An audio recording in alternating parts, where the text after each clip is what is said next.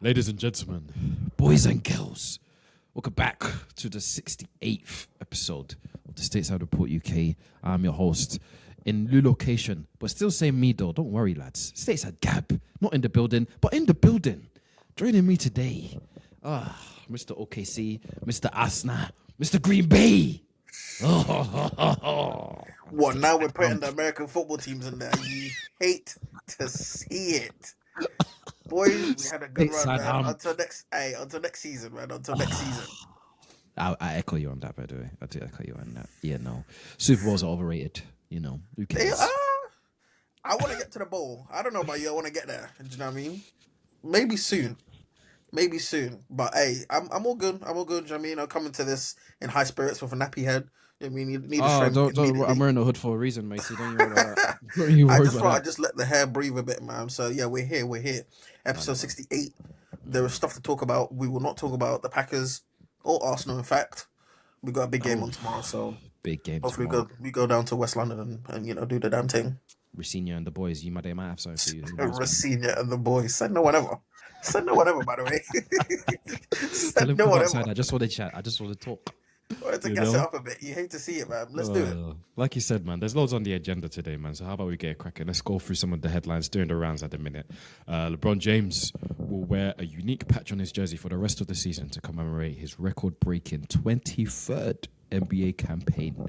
Jaylen Brown has been fined $35,000, ouch, for public criticism of the officiating after the Celtics' 100-95 loss versus the San Antonio Spurs. And popular referee Bill Kennedy, one of my favorites, he will be out indefinitely after a non-contact lower leg injury in the 76ers' 103-91 win over the Orlando Magic. As we do, stateside, I've gone through all of these. LeBron James, what can you say at this point? 23rd NBA campaign. He's going to be wearing this little patch now. I've seen they're going to be cutting it up and putting it into like commemorative cards as well to make a quick buck. You know how the NBA like to do their things. But anything for the pound note. Yeah, man, I get it. Anything for that skrill. I understand. I hear it. Man. I'm currently at work at 9:55. So I already know. The skrill's the skrill. You got to do what you got to do. But exactly.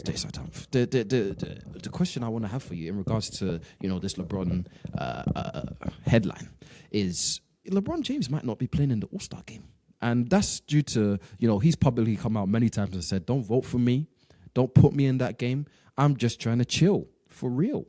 And it will be the first time in a very long time, over 20 years, that LeBron James may not play in an All-Star game. Wouldn't it be a little bit weird if the All-Stars get announced, which we'll talk about very shortly, actually, and you see LeBron James is not on the bench in the starting lineup in any sort of All-Star format whatsoever? Will it be strange? It will be strange. In my opinion, I think he needs to, forget what LeBron's saying. What does he know? You know what I mean? Bro, I'm voting for the All-Star game, man. Do you know what I mean? Because I remember, I want to say 2, maybe 3 years ago when Dirk and D-Wade, was it Dirk and D-Wade that retired? Yes, they were legacy picks, weren't they? Yeah, exactly. So it's like, bro, LeBron's too good to even be a legacy pick. Do you know what I mean? So I'm saying, regardless of what he's saying, bro, he ain't got a choice, man. We're the ones voting. Do you know what I mean? So I say, vote for LeBron. You know what I mean? For the All-Star game. He is, I think, he's made the All-Star team every single year but his rookie year, I want to say. Yep. And I think he should continue till he retires. Do you know what I mean? He has been a great ambassador for the sport, so that's the least I think the league can do.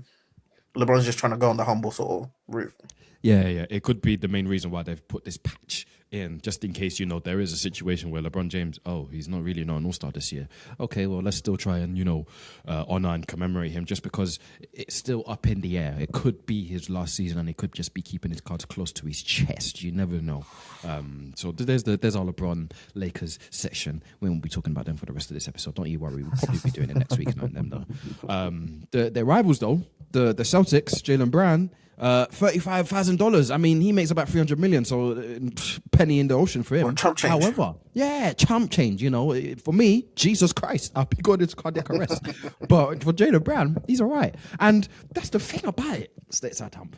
Maybe it's because he's a very, well-paid man with reputation behind him as well. But players coming out, because I remember Fred VanVleet was that not like that not that long ago. Kevin Durant famously has done that. Anthony Edwards as well. Few players have been, critical of referees when, arguably it's deserved when they've really done a poor job.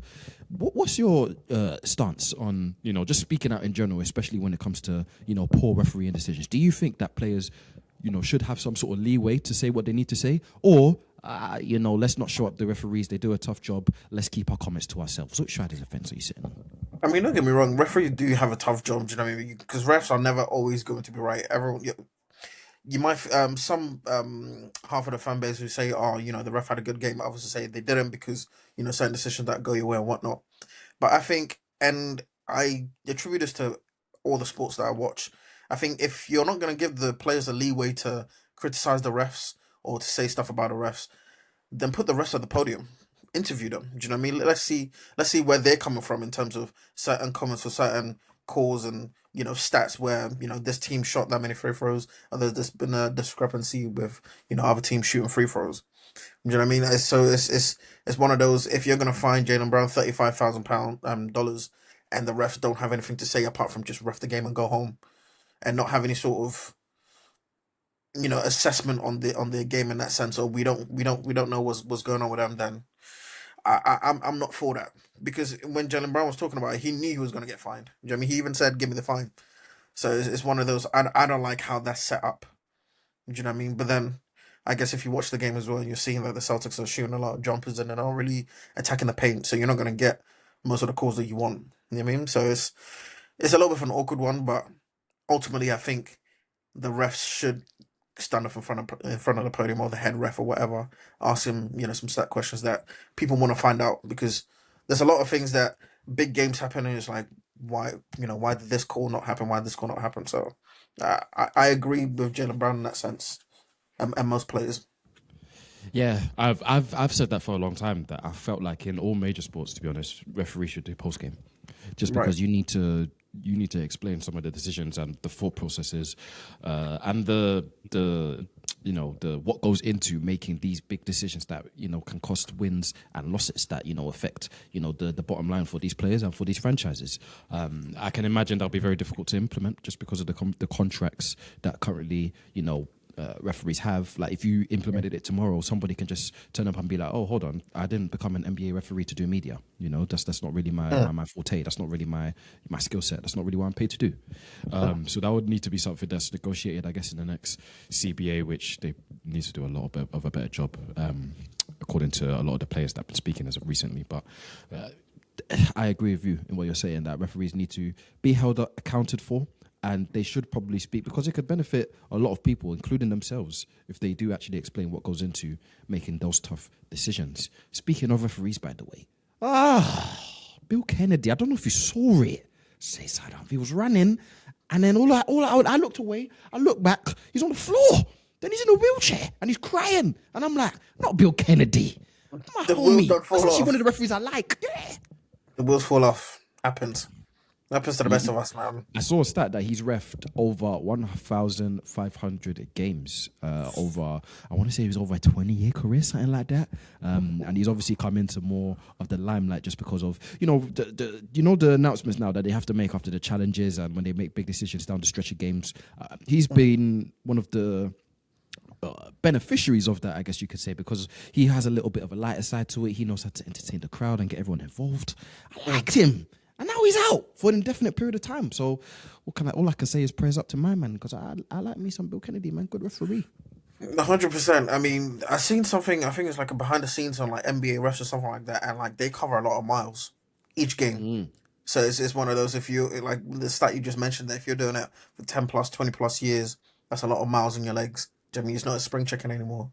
So it's a little bit disappointing that he's injured. So hopefully he comes back in good nick, because experienced ref, great ref. So yeah, the game needs that type of level of officiating, if you want to put it that way. Yeah, man, for sure. So let's see what happens. I think he's definitely out for this season. He's not an NBA player that can just miraculously recover by the time the playoffs come around. So right. Hey man, let's see what happens in regards to Bill Kennedy. Western Conference, got to jump in, stateside up, because there's a lot going on at the moment. Want to be really quickly on this one, because you brought up a very key thing that I missed in the running order today. But Anthony Davis, he's injured. In other news, water is wet. He's going to be injured for the foreseeable as well. Could be for the end of the season. Now, I do want to ask you very briefly on this. There is speculation that, a trade is in the offing somewhere. Apparently, he's not happy. He doesn't think an extension can be agreed with the Dallas Mavericks, so he just wants to go somewhere else. And this is given very much shades of when he left New Orleans to go to the Lakers. There was injuries that was happening there. There was pouting, and there was a lot of petty business going on there. And a lot of that is very similar to what is happening now in Dallas. So I guess the question I have for you is that if this is truly the end of Anthony Davis in, Dallas, should the next team that he goes to be very wary of the person that they're getting? Just because you're thinking of injury-prone, very petty person from what it seems like as well. However, bundle that all in, there's an all-NBA player in there, one of the best players in the league. I mean, when Nico Harrison traded for Anthony Davis, I think both Dallas and their fans knew exactly the type of player Anthony Davis was. Even though he had a good, healthy season before he got to Dallas, this is a very injury-prone player. Do you know what I mean? And you saw that in his first game for Dallas as well. He played well in the first half, and then just like that, he's injured. Non-contact injury as well. He was out for a couple of weeks. So it's with Anthony Davis, it's very disappointing for someone that reached the levels that he did for so long. Injuries definitely has held him back. I would say that it's kind of tempered a bit of his potential, I think. Because I think there's a level that he can reach, or that he could have reached, but because of injuries and his body just breaking down on him, he just will never reach it at this stage of his career. So maybe Lauren underachieved. To an extent, I think, bro, this guy should at least have one Defensive Player of the Year award to his name. If Rudy Gobert has 4, shout out Rudy, but still could get 5, by the way. Put respect on the 5 time. Bro, they're saying Chet might be favorite this year, but who knows, man? I mean, give it to Chet, man. I mean, it fit my agenda perfectly. But I'm just saying, with AD, I think there's a level he could have reached if injuries didn't, mess him up the way it did. I mean, Laurie Markkinen just blew by him. I don't think he even really touched him. All of a sudden, he needs like hand surgery or something. Like, bro, like it's Dallas fans must be sick to their stomach, man. Just when you think it couldn't get any worse, it does. So yeah, this whole thing with AD, I'd say I can't believe it, but we both know I'll be lying. Well, it's not that I'm not gonna, say he's lying or I'm casting doubt over injury, because he's a very injury-prone man. You blow on him and he's out for a week. But at the same time, like I said earlier, it stinks a little bit, because how some superstars act, and he's not the only person that's done this before. Like Jimmy Butler has done things like this, in the past, not in regards to the injury standpoint, but from a petty standpoint, in regards to, I'm going to do what I need to do to get traded. And this is what it seems like he's going to do, so he can get a favourable situation and hopefully, probably a last big deal for him in terms of a long extension and a little bit more change in his pocket as well, what you brought up to me earlier before we started recording as well, very pressing actually, and we was going to talk about it, but it slipped my mind. The Oklahoma City Thunder, Spurs, San Antonio. What's this, part 4, part 5 of this season? Part 4. Ooh, played a lot of times now, It's a bit spooky though, because if you think about the record and you think about what is at stake, the San Antonio Spurs could do the season sweep, regular season sweep over the Oklahoma City Thunder. I think we got him one more time after this, You don't want to go in there 400 pounds. Because in the playoffs, if you go 400 pounds, you already know what that means. Cancun, 1, 2, 3. Stateside umph. But I'm gonna let you have some. I'm gonna let you have your moment. I'm gonna let you have time. But normally we don't like to preview games just because of the nature that we do this podcast. It's difficult for us to preview games and the time that it takes to turn these around. Difficult. But I want us to speak from a standpoint of, let's say the game's done. and dusted. And we're going to look at it from both sides, of course, because we don't know what's going to happen. We're not fortune tellers. Even though you would like a certain outcome, hopefully OKC to get the victory. Let's say now, we've come next week after NBA London. We'll talk about that very shortly as well. And OKC have, got the monkey off their back. They've beaten the San Antonio Spurs. They've sent Wemby packing, at least for the short term. How will you be feeling? Just because of, the history and the budding rivalry that is now starting to build with these two franchises. I mean, what can I really say? I mean, we're down 0-3 in this series. How can I call it a rivalry when they're always kicking our ass? You know what I mean? Hey, I mean, I try and gaslight people on my TikTok live saying, bro, it's regular season. Do you know what I mean? They can sweep us in the regular season and we still get them in the playoffs. They worry me a little bit. For sure. It's because our weaknesses perfectly lays into their strengths. Do you know what I mean? They're three big guard lineup, how they don't really turn the ball over, how they can get scoring production off of those three guards, off of the bench. They shoot the three ball really well as well. Wemby in itself is a whole different problem for Chet and our team in general. Do you know what I mean? We're not a small team, but when Wemby plays against us with that extra incentive that he always seems to have for not just Chet but for the whole team, it just makes it very difficult to contain that. I mean, you want to turn him into a jump shooter, but he does play ultra aggressive, so he gets into the paint. I mean, because it's long. This San Antonio matchup is not a great one so far, but I'm confident that if we met him in the playoffs, we'll beat him. But in the regular season, it's different. Do you know what I mean? Different mindset. You have a Caruso. I think he went 2 of 11 from 3 or something. It's just not going to happen in the playoffs. Do you know what I mean? I trust Caruso to hit big shots, to make big plays. But the San Antonio team, you got to give them their credit though, man. Do you know what I mean? You got to give them their credit because there's a team that they're coming on the ascendancy. I'm seeing a lot of OKC in that San Antonio team from obviously how we built our team. But yeah, I mean, if you want to call it a rivalry, we call it a rivalry. But tonight, just give me one. Do you know what I mean? Because unfortunately, I'm gonna be watching the game. I will be watching the game. So, OKC, Shay, please, if you're watching, just give me one. Just give me one. Do me. Can you do some for me? Just give me one. Do you know what I mean? I'm not asking for a week. I'm not asking for a month. Just give me one more day. Just give me one more day. See, but this is what I'm saying, because just like you said, when you're looking at the teams in the West, and don't get me wrong, there's good teams in there. You can imagine healthy Nuggets, a healthy Lakers team that's firing as well, Houston that's firing. Would you say that, and especially if they beat you, by the way, that a healthy, firing, good to go San Antonio team is the scariest matchup for you boys? Yeah. It just because the styles make fights sort of thing.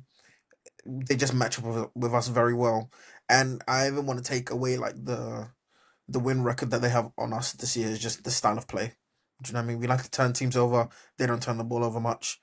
We like to physically dominate teams. They're very physical, and they have a 7'5", center. That's just a problem. Can shoot from the outside as well. Can make in the mid range a respectable level, and anything in and around the rim he's clean up. I mean, forces your team into a jump shooting team. And if you're a team like OKC that don't really shoot the ball really well, you're cooked. And if you want to drive into the paint, he's the last line of defense. So, so on offense as well, they're putting him on Lou Dort. If Lou Dort's not making threes, he's not respecting that. So he's sinking into the paint. So Shea don't even have the driving lanes, bro. I don't have an answer for you, man. I don't have an answer for you. His official Stateside top is scared. Impossible. Not scared. Slightly worried, but not scared. We're still the NBA champs. You know what I mean? I can see the beat of sweat that's just dripping. Because it's not cane roll juice. There's no way. Hair's not done. No chance. No sweat, man. Do you know what I mean? It's just they get a nice, cute little regular season wins, man. Catching the playoffs is a completely different story. Completely different ball game. We filed up for 7 games straight. So you foul everybody apparently these days anyway. So I don't worry about that. Don't worry about that, matey. I wanted to go into NBA London is coming. I'm going to see you for the first time in a while. on Sunday the 18th of January, from when we're recording this, of course. The Memphis Grizzlies versus the Orlando Magic. Fun fact, I could not find who the quote-unquote home team is, so I guess we'll find out on the day. But regardless, we'll move on. We're going to break down, the teams that are coming into this game, where they are in the season for, people that maybe this is their first flurry into the NBA. They don't understand the teams that are coming over. They don't understand the players and the situations that they are in right now, So I thought it'd be a good time to, explain, try and lay some expertise on the table as much as we can, some ball knowledge for the people that are really going to be tuned into this game, because it's a big game. The first time the NBA has come to this country in a very long time. Facts. The Memphis Grizzlies, if we look at the NBA standings at the moment in the Western Conference. Not great. Not great. 10th, 17 wins, 22 losses on the record. It's been a very indifferent, I could say, season for the Memphis Grizzlies. They probably, you can let me know if I'm wrong, Stateside off, but I would say they came into the season probably with these kind of, I guess, feelings of we don't know what this team is going to be. Just because there's a lot of questions to be had about their star player, Ja Morant, who's on the trade block from, what all reports say, by the way. He could be on another team by the time Sunday comes. He's been disillusioned. He's not found happiness or lost his happiness over the last few years in his time in Memphis. The next best player, Jaren Jackson Jr., I think he's been very disappointing just because he's had to pick up a lot of the slack that Ja Morant has unfortunately left on the table. Desmond Bane has been traded to the other side, funny enough, to the Orlando Magic. And he's been okay for them, but Jaren Jackson hasn't really been doing it. And, like I said, you can let me know if I'm wrong, but the collection of their team, and I'm talking about, the Gigi Jacksons of the world, the Spencers of the world, the rookies, the Cedric Howards of the world. Yeah, they've been cool in moments, but as a whole, like I said, this team just hasn't been meeting expectations, especially in a tough Western Conference where every game matters. You can't be affording to come into, crucial parts of the season and you're still flirting with the playing spot, maybe being a lottery team, maybe being one of those teams that are picking high in the NBA draft. So for me, coming into this game, I'm not expecting a lot from the Memphis Grizzlies because they've been a very indifferent team this year, but you can let me know if I'm wrong. I mean, brothers, I just think and I was saying this on my TikTok live as well, if you're bringing teams to London or if you're bringing teams across the pond and stuff, bring half decent teams. I mean, bring the big markets like your New York. Bring a team that the star player is going to play. I mean, Ja hasn't played in the last handful of games. I doubt he's going to play this Sunday as well. I hope he does.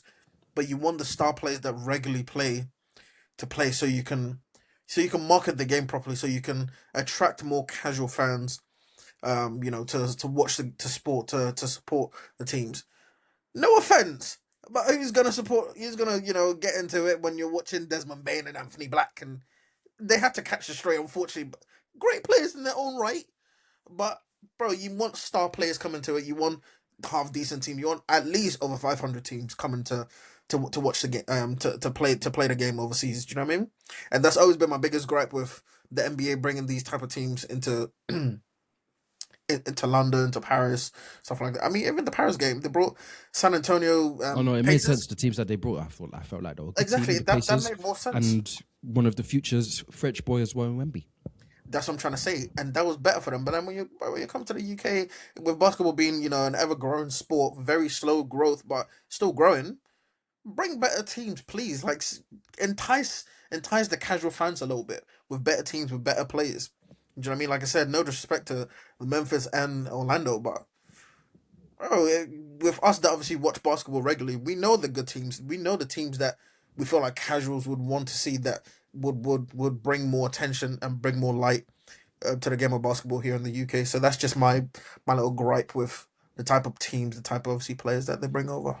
That's fair. And the NBA could have done a better job in regards to picking the teams. We'll get into the Orlando Magic because, as we know, in preseason I had very high hopes for what they were going to be coming into this year. But at the same time, I do feel there's a little bit of, in the UK, when it comes to basketball, beggars can't be choosers. A little bit, When you talk about what British basketball has been in the last few years now, it's been a bit of a disaster class. It's been a bit of a clown show from, the federations and the people that are supposed to be making decisions for basketball in this country now. It's been a bit of a shambles. So because of that, and the NBA, extended the olive branch, with NBA Europe supposed to be coming in next year as well, and, London, Manchester apparently getting teams. This is a good showcase for, just NBA basketball. And I understand what you're saying in regards to the teams. Memphis is not the greatest team to bring. They came into the season with a very, tumultuous sort of absolutely. look to them. Do you know what I mean? Absolutely, but I'm still going to say it. I said it before and I'll say it again. In this country, when it comes to basketball, hey man, you better take what the NBA gives us, and you better run with it, because it could be worse as well. It could be a lot worse. Could be Brooklyn. You know what I mean? It could be Brooklyn versus Sacramento. Don't say my names. Look, for the casual, disaster. But for me, this is the Super Bowl. Would you actually go if Sacramento came? I am there. Me and Westbrook will be there. You have to. Yeah. Me and Westbrook will be there. Bro, at that point, my logic will fly out the window. I will be there. You have to. Yeah. If Westbrook was playing as well, I would try and find tickets. Oh no. I would have raised the funds and we would have been there, brother. I promise you, I would have kicked up a fuss at work if they didn't allow me to go, I do not blame you at all. But that's what I'm saying though. Even if it was that, and I understand what it is to the casual viewer, they will look at the Sacramento Kings. Oh, these like a bottom feeders. Bro, beggars can't be choosers in this country, in my opinion. So Memphis Grizzlies, hey man, you better take it, and you better hope Ja plays, because if Ja plays, that's an even bigger bonus. In my eyes. I don't think he's gonna play. Nah, he probably won't. That's what. Which is I don't a think shame, he played in Berlin either. I don't think he played in Berlin. Bro. Shame. Still excited for NBA London regardless though. As I said, Stateside will be there. I know a lot of creators is going to be there. I know a lot of fans is going to be there. I hope you, the viewer, the Stateside Report UK fan base, I hope you're there. Yeah, I'm saying. I'd love to see ya. Approach us as well if you listen to the pod as well. It'll be nice. It'll be interesting. Yeah, man, we'll be there. Yeah, we're going to be there. You know what I mean? Stateside Humph, shall we play a game? Let's play a game. Let's do it. Cheeky game, trade deadline. We're going to talk about one of the trades, probably the only trade that has happened as of right now in the NBA. I don't know why a lot of trades haven't been happening, by the way. And I do. And I said I was going to talk about this last week. You did, yeah. Now, very briefly, yes. I feel like, and we're going to play the game in a second. I haven't lied to you. Don't worry. So stay tuned. I feel like people are scared to make trades because they don't see a window where they can actually compete and win a championship, because OKC are that good. Because they see the teams at the top of the East, the Knicks and the Pistons, beatable on their day. But even then, it's like, we're probably not going to beat them teams. Let's save our assets and let's not put any, picks. Let's not put our mortgage on any players that, are boom or bust. Let's be safe. Let's play it safe. And let's just see how it goes with the rest of our season with how our teams are. Sorry about that. Sorry, the cleaner. I thought I was getting booted out there for a second. I did. You're getting a sack. You know what I mean? Bloody hell. But no, we're fine. But Stateside Humph, let me know if I'm lying or not, because the evidence is there with the lack of trades that's really been happening in the league right now. Trae Young's the only guy who's been moved, not to a contending team, by the way, as well. A team that's, trying to build into something one day. But as of right now, as I said, I feel like teams are a bit scared. It's given Miami Heat of 2013. It's given Golden State of 2017, or that period, you could say. Teams are scared to make plunges because they understand what's in front of them, and they see that, OKC, NBA Finals, OKC in the playoffs, we ain't got really a chance, so we're not going to make any moves. You can let me know if I'm bugging, but to that, what do you say? To me, I feel like more so in the off-season, a lot of teams saw a window of opportunity, especially with the East as well, saying that, your Boston Celtics and your Indiana Pacers, their star players are injured. So can we find an opportunity to at least get to the conference finals, at least get to the finals for the first time in God knows how long in our franchise history? Once you're in the finals, I guess, they'd want to take their chance against a team like an OKC with the way we're playing, or Denver, whoever ends up there.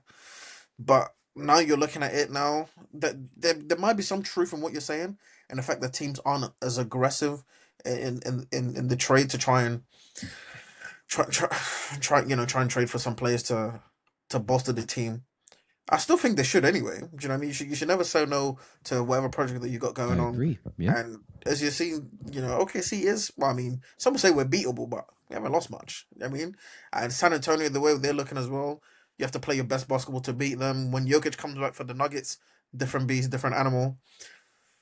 But I just think you should always still have the mindset of how can I improve the team? How, what trades can I make to, increase the level of chances for my team to win? And that's really how I think teams should always look at it. I mean, they should always go in with that sort of mindset.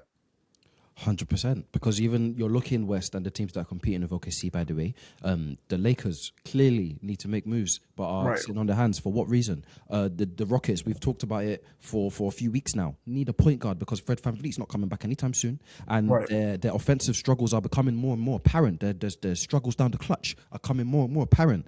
Make some moves. Who else is at the top of the West that probably need to make some moves? You could probably even say the Spurs, if they're going to be really competing with the Thunder. Could they do something to really turn the tides? The Golden State Warriors as well, same thing. So the Timberwolves. There's teams out there that they could easily make moves because they have the assets. They've got the draft capital as well. But in my opinion, they see the beast over the hill and they're like, don't fancy that. Until maybe they seem a little bit more beatable down the line, just not this year. But hey, another story for another day. Maybe I don't know. Maybe I'm chatting rubbish. Maybe I'm just a Brit that doesn't know ball. As sometimes the YouTube, it's always the YouTube as well. They have that's the killer comments. Bro. The TikTok, the Instagram, I can handle. The YouTube is vicious sometimes. Bro, I mean, I always get them type of comments, especially on my TikTok live. They're like, "What? You guys are Brits? You don't know about basketball." Invalidation. And then I bring them up. I start hitting them with facts. I start giving him opinions, and they can't say anything. I'm like, "Wait, I thought I was the Brit. You what? I thought I was the clueless one." Madness. The clueless one. And then they get butthurt, and then they leave. But it's all fun. You know what I mean? It's all fun and games, really. Exactly. It's just basketball, man. It's just a game at the end of the day. They're grown men throwing a ball through a hoop. It's not serious. But game that I wanted to play with you, Stateside, and it's a very quick game because it's good that I wanted to talk about why teams are actually making trades. What is the one trade you wish your franchise never made? It could be for your franchise's history. Oh, James Harden. Oh, 2013 James Harden. I just put out your heartstring there. Yeah, has to be James Harden 2013. What was your emotions going through that car? Your brains just got a little bit tighter as we just talked about this. James Harden, bro. Because I'm not saying it would have been a guaranteed win moving forward because obviously you can't tell the future, but the likelihood of us winning with James Harden on our team, especially with some of the injuries that we ended up having with Westbrook and KD moving forward, having James Harden on that team, we probably wouldn't have felt it as much, if at all. So yeah, I'd say with OKC, it has to be James Harden 2013 going to the Rockets. I would like to know the people's, teams as well. I'll go into mine. It's not very hard. I don't have to think very hard. They shouldn't have traded my center. They shouldn't have traded DeMarcus Cousins. I'm sorry. Bugs. I'm sorry. You have to go, man. And I understand, in the moment, I believe we got Buddy Hield. I think the remains of Tyreek Evans, something else as well. Jesus, we got a bad haul for that. But it led to De'Aaron Fox, eventually Sabonis, the team that we have now. Bottom of the West, by the way. But, I would not have traded my center. I would have just built around him properly and see what could have happened. But that's the thing. Did you trust your front office to build properly around? No. But that's not the point of the situation. It's what I want in this moment in time. Every time I see my man in a jersey, balling out, highlights, he plays sometimes on the off as well. I believe he plays in the Philippines or something like that. Got in a bit of trouble, by the way, but that's not here or there, It hurts. Right. And it really hurt me in the moment when they traded him as well. You could see it killed him in the moment because he lost his franchise, man. Shouldn't have done it.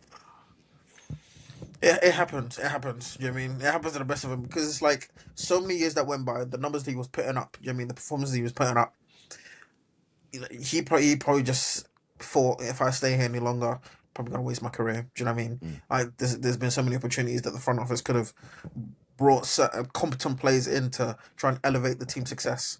and they didn't saw an opportunity in New Orleans with Anthony Davis, which again was another situation where I'm like, what if? I mean, if DeMarcus Cousins didn't get injured there. You know what I think, mate? If they stay together healthy, that Golden State team, trouble. They would have caused them problems. They would have beaten them. They would have caused them problems. Trouble, big man. Sorry to tell you, the Drew Holiday, the Rondo, the Boogie, the AD, each one more shooter, Darius Miller. They had players, mate. I love that players. team a lot.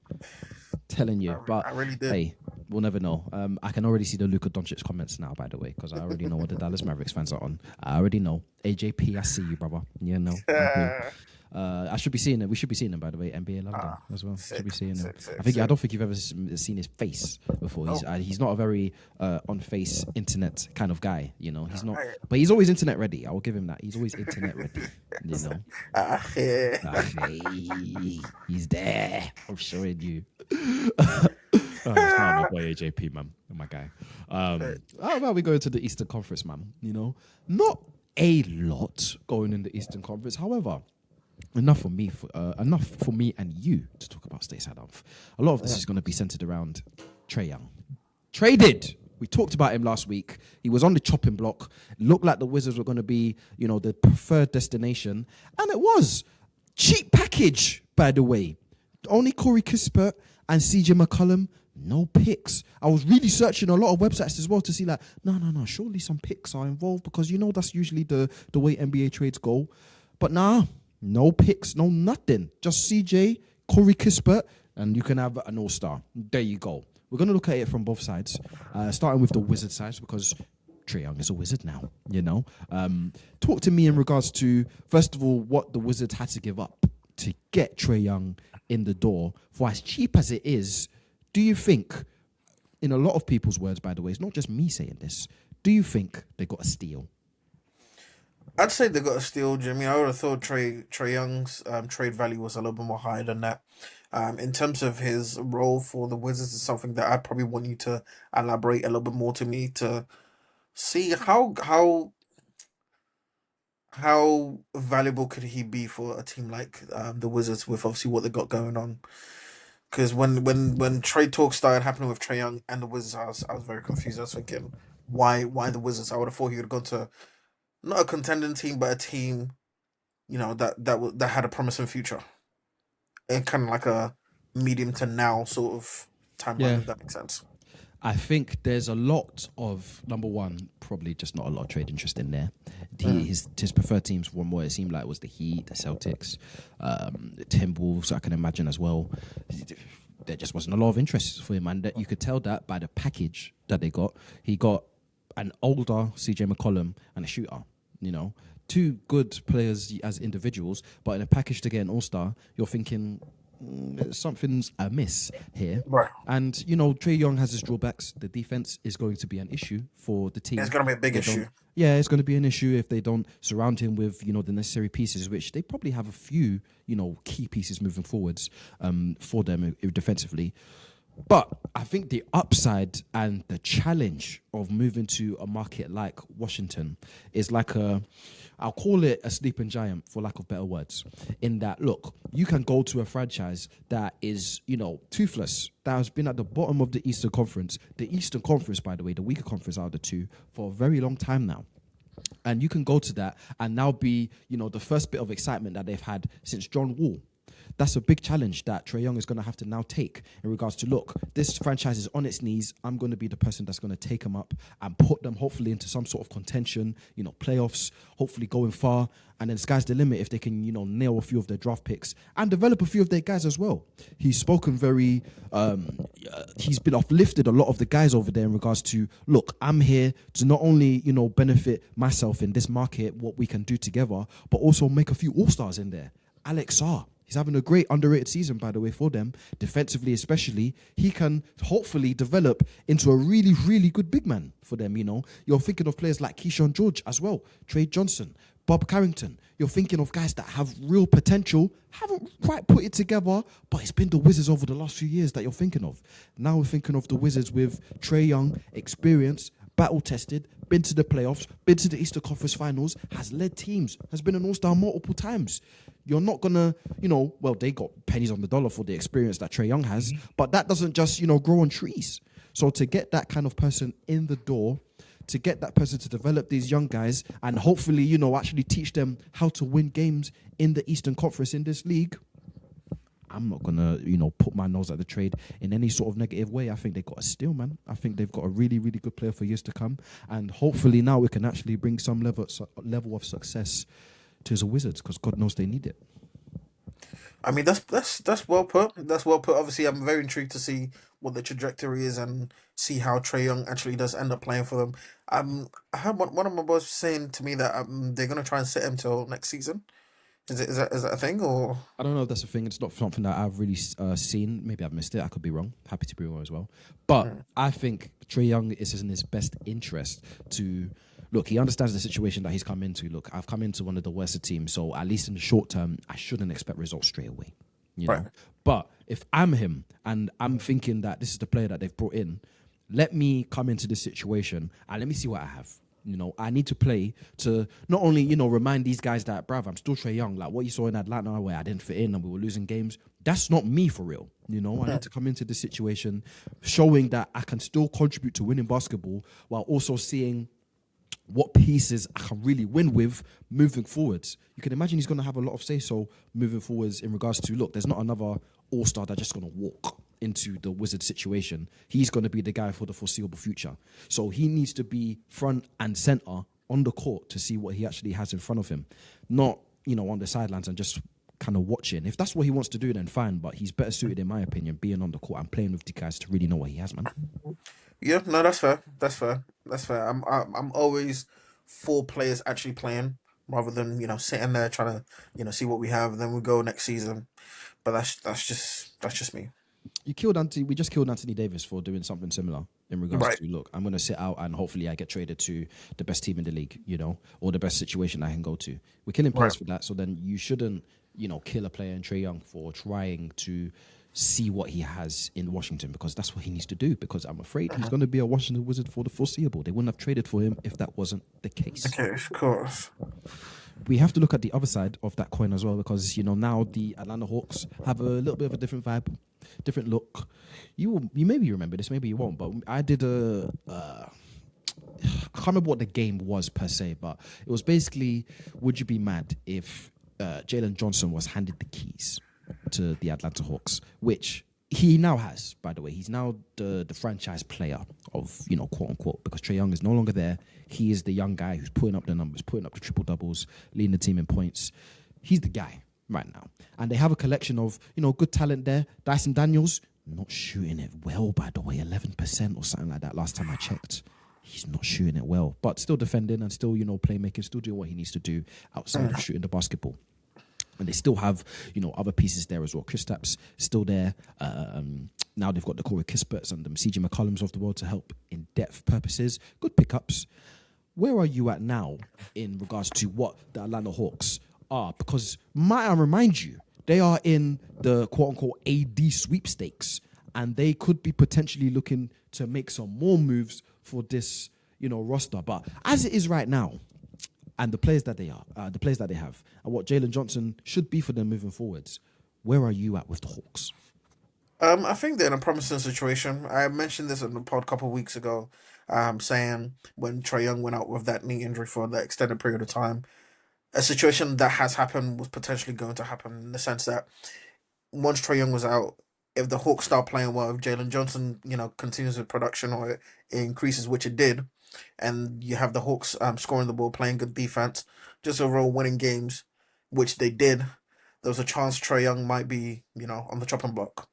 And that's exactly what happens. Do you know what I mean? I like this Hawks team. At the very start, it looked like they were trying to build a team in and around Trae Young, trying to help his defensive deficiencies and stuff like that. But they looked at it saying, "Hey, we might be better off without Trae Young." Do you know what I mean? We like what you got us in trying to and getting us to the conference finals in 21, but there's too much inconsistencies in your game and deficiencies in your game come the playoff time that we're gonna have to cut our losses on that end. Do you know what I mean? And I like what Jalen Johnson's doing.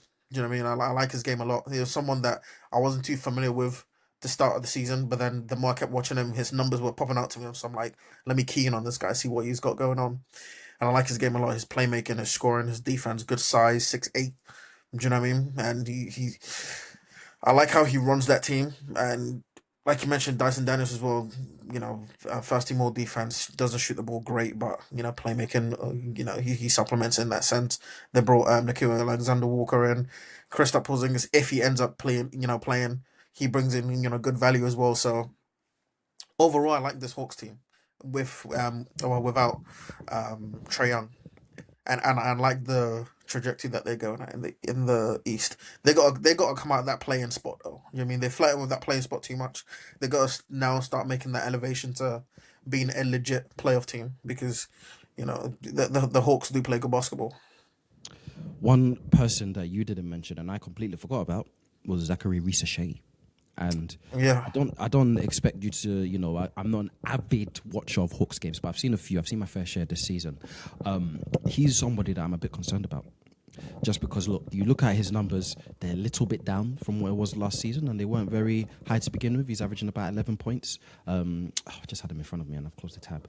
But look, when I watch him, I'm watching a player that was picked number one and was picked based off pure potential because there wasn't a lot of hype around his name. This was quite literally the highest version of a project player that you can ever see, and he just there's my concerns in regards to his athleticism. He doesn't look like he can keep up per se with a lot of people at his position, at the forward position. He's not particularly a great shooter, particularly great passer.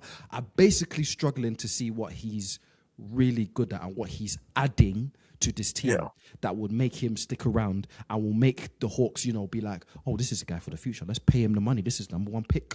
Got to pay him. I can imagine a situation, stateside up, where he is a prime, trade candidate, especially if they're in some sort of AD sweepstakes or they're in the market for, another addition to the team. I could see a world where he's added in to sweeten the pot for a deal because they're losing a little bit of faith in him. And maybe the Hawks fans need to help us out a little bit in regards to what, the vibe around Risachet is. But when I'm watching him and how I've forgotten about him and how you didn't even mention him, I'm a little bit concerned on that front. So maybe there's a move to be had, or maybe they need to stay put and they need to see what they have because it's still, year 2 of his career? Maybe I'm jumping the gun. But what do you say in regards to, Risachet and his quote-unquote future? I mean, he is a very forgettable number one pick. I seen a tweet couple days ago saying that is this the most forgettable number one pick ever. Do you know what I mean? And it's one of those ones. If you're a number one pick, obviously there's a level of expectation in terms of your play that kind of correlates to being a number one pick. And like you said, his game, as okay as it is, nothing jumps out at you to say that's the reason why the Hawks picked him number one. You know what I mean? Or this is the reason why he can move the needle for this Hawks team. So it might end up being a situation where we might end up putting him in a package. We might end up putting him in a package deal to try and get someone else better to, like I said, elevate this Hawks team because P for sure isn't doing that for the Hawks right now. Please don't get it wrong as well. I'm not doubting his, potential, his ability, or his capabilities on an NBA level. I do think he's like an NBA guy, But in regards to being like, a number one pick and somebody that you can pin your hopes and dreams on, not sure, honestly. And I get it's early in his career. Maybe a change of scenery will help, but. I'm struggling to see it, at least in Atlanta, man. So I think they can do a lot better than Risachet, especially if they're trying to compete in the Eastern Conference because, it's the East now. You anything could happen in that conference now. It's That's really, what I'm saying. like I said, only a few teams that you're contending with at the top. The rest, as long as your team's decent, you can compete. Well said. Well said. That's literally exactly what it is. That's exactly what it is. One of those teams that's in the mix, by the way, the other NBA London team, the Orlando Magic. I was one of those guys, stateside up, as I said earlier. I had them going to the NBA Finals. I did. This is the level of team that I thought that the Magic was going to be because I know, shake your head. I know I'm looking like a big bozo, I thought that the Paolo and or Franz Wagner will make some sort of jump in regards to they're going to be the all-NBA caliber forward that was going to push this team into wins. Last year, they were okay. and they pushed. I say they pushed it. They got swept, if I'm not mistaken. No, it's 4-1. Yes, it was 4-1 against the Celtics. But in a lot of games though, they pushed the Celtics as close as they could. Without Franz, by the way, as well. Paolo was really backpacking it and really doing his thing. But you could see clear holes in their team. Not a lot of shooting. Namely, they were towards the bottom, if not the bottom team, in regards to 3-point percentage in the NBA.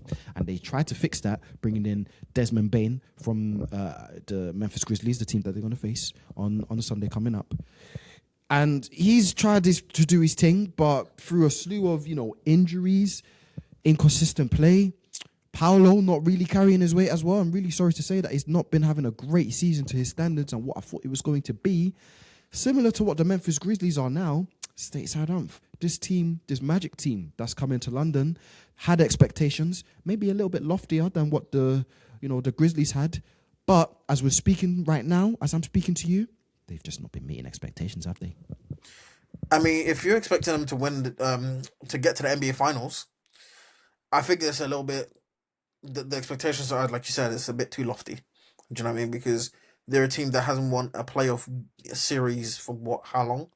For a long time. So expecting them to win three in a row, that's a tough ask. I mean, even with how weak the East is.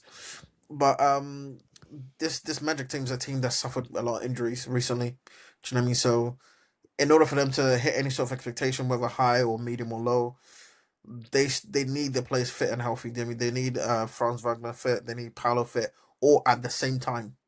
Do you know what I mean? Obviously, you've brought in Desmond Bane, who has actually had a slow start, but then he's playing good basketball. Right recently, yeah. I mean, he's showing the worth of the 4 picks that they gave up to get him. But like I'm saying, your top 2 players, you need them fit and healthy at the same time. You need to have a good run of games, playing good basketball. Anthony Black as well is one person that this season I've actually looked into his game. I like a lot. Do you know what I mean? They've won a couple big games, but overall, this Orlando team, they're going to be in and around the fringes of possibly doing something in the playoffs. But until obviously they do it, I'll still have my reservations on this Orlando team. For the people that are maybe tuning into the NBA, this is going to be their first taste seeing the NBA in this country, especially. It looks like, knock on wood, the best player coming into this is going to be Paolo Banchero. And even though that me and you have been very hard on, what he has been this season, the jump that unfortunately he hasn't taken, still relatively early in the season.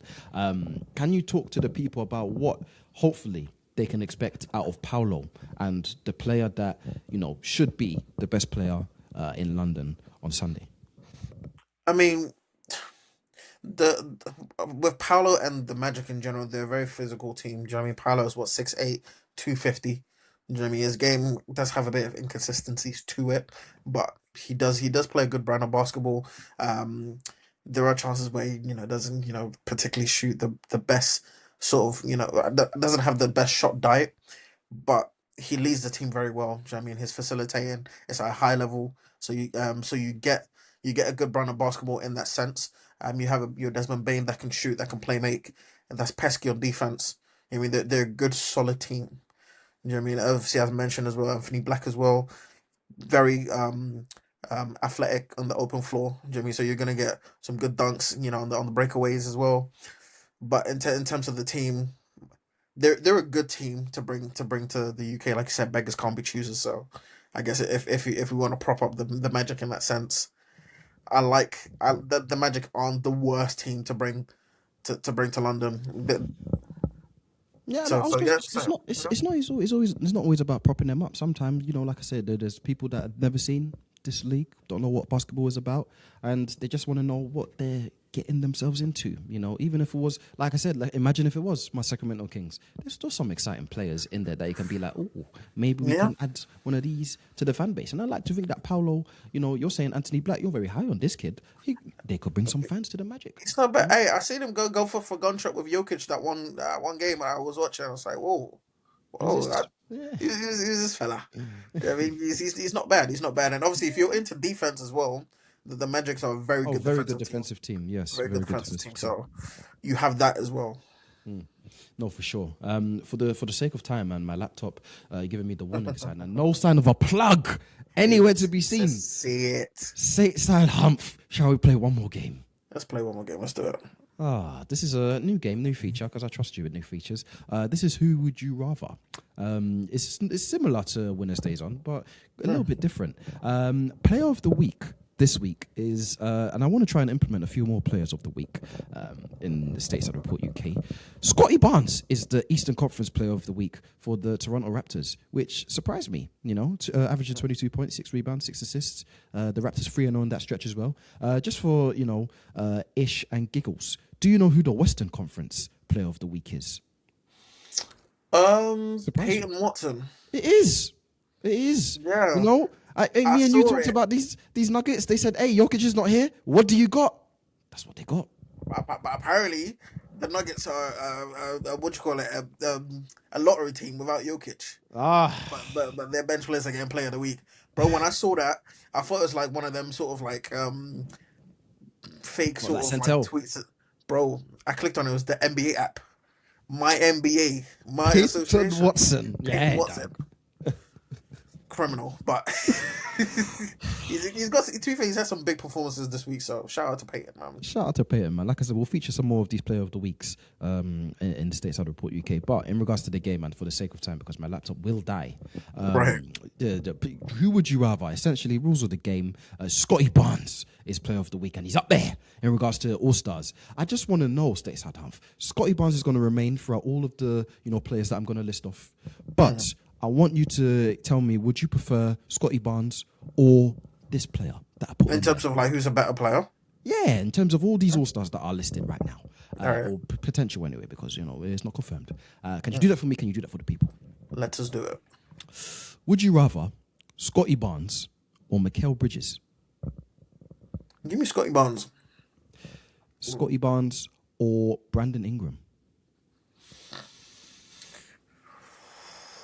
Give me Brandon Ingram. Scotty Barnes or Michael Porter Jr.? Give me Scotty Barnes. Scotty Barnes or Jalen Johnson?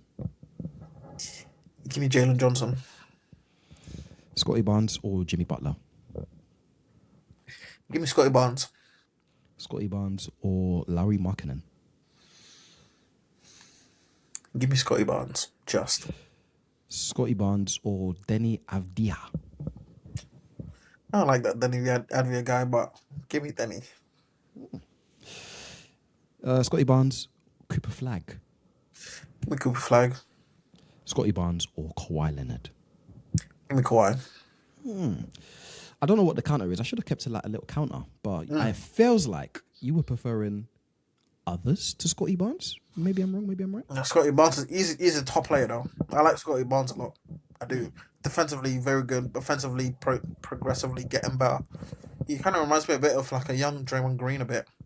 I mean, it's not all right there in the head as well, which just makes for a great defensive player. I mean, yeah. So he's good. I like his game a lot.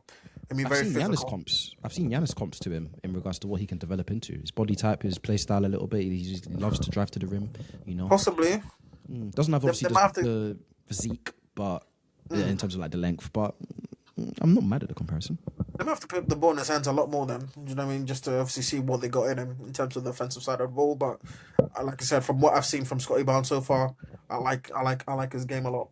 I play point guard as well, not long ago for the Raptors. So they're definitely trying to see what they have in him. That's why I kind of liken him a little bit to Draymond Green a bit. I mean, his IQ is very good. You know what I mean? I feel it for someone that comes across very playful and a bit, he's very smart. He knows he knows the game of basketball very well. Couple screws loose, but I guess you don't make the NBA if there's not something wrong with you. Really, I'm telling you, man, the best players always have a screw or two. Loose. The crazies, as they say. That's what I'm saying, man. That's what I'm saying. Thank you for listening to another episode of the Stateside Report UK. Be sure to approach us if you see us anywhere at the O2. NBA London is going to be good, lads. Trust me. Teams, questionable. But don't worry about it, lads. The vibes are going to be immaculate. Trust me. Beggars can't be choosers. You know what I mean? Can't 10 be, I'm up telling there. you. Not in this We country. have a I'm great telling you time, that for man. free, you know? saying, Please like, share, comment, rate, subscribe, all that jazzy stuff. Me and Stateside Humph back again next week. Same time next week, baby. Let's do it. Matey. Until then, lads, take it easy. In a bit.